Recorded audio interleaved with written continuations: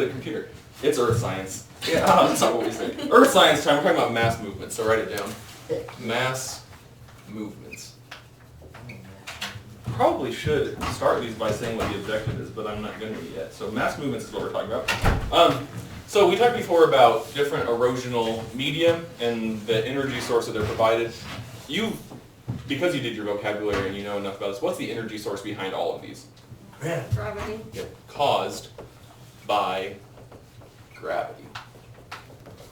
So a mass movement is really just a movement of sediment only under the influence of gravity.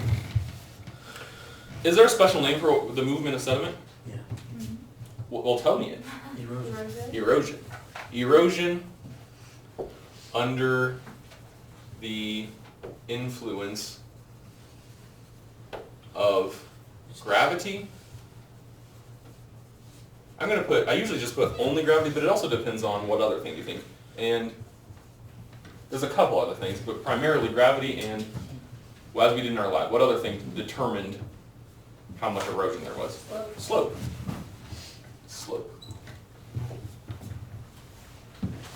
Erosion under the influence of gravity and slope.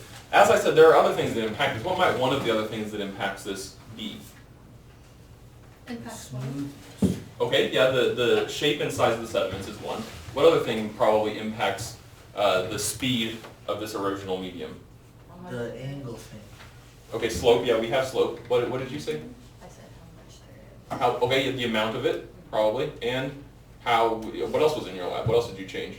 The amount of something. Something, what specific something? Liquid. Water. Liquid, broadly, but specifically and usually water. So here are some types, and you have these all as vocabulary words. We're going to talk today about creeps, flows, landslide. Well, let's just call them slides because there are a couple different ones. Slides. Let's spell it right though. Let's make it look pretty and spell it right. Slides. That's not pretty. Slumps. I is like going in. Okay, fine. I will change it. We'll just leave it like that. Slides looked like it should be in the slumps. Oh golly. Oh, Atlanta. Slumps and falls, and I think that's it. And we're just going to talk about each of these in turn, and that will be good. So as I said, these are vocab words, so you should probably know about them. But a creep, what's happening in a creep? A dude that wants you to do. Which of these? I hate it. These are kind of already, except for slumps is in the wrong spot. If we move slump up here, these are kind of already in what order? The order of like size. The order of what? Just based on what we know.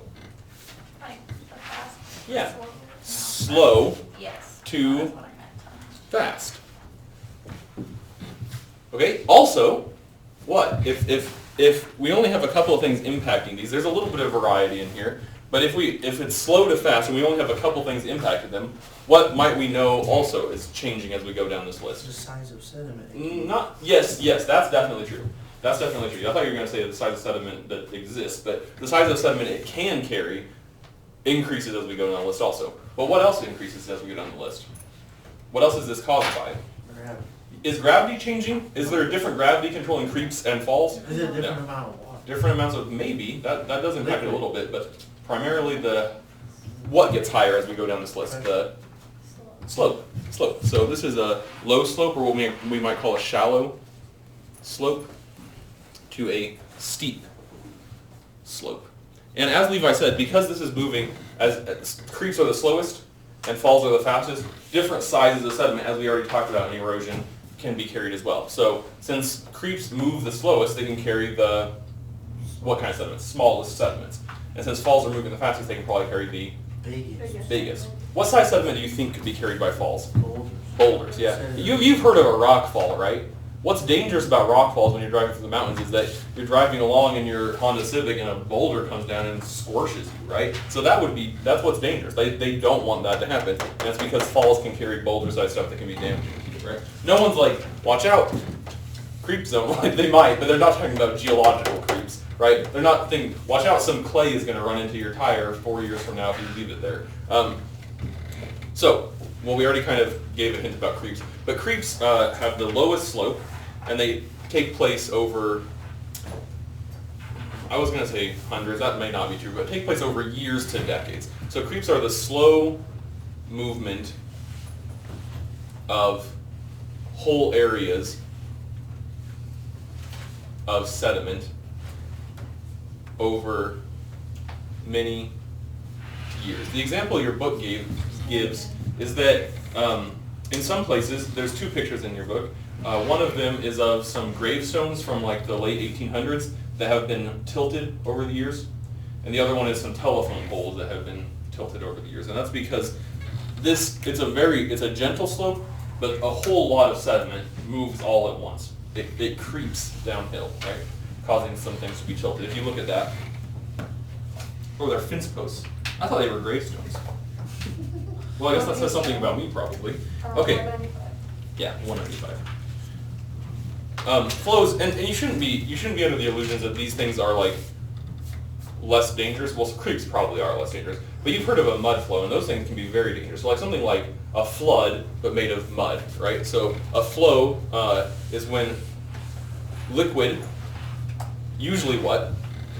Water, and sediment flow over, you probably shouldn't use the word flow, move over an area. Kind of like a flood. Your book says earth flows, which we would call mud flows probably, are moderately slow movements of soils, right? It says liquid and sediment what? Liquid and sediment move over an area. You've heard of a landslide. There's a song by Stevie Nicks called Landslide. But landslides occur when masses of, usually dry, but it can be wet, masses of rock, sediment, slide, well I keep trying to use the same word, move quickly downhill.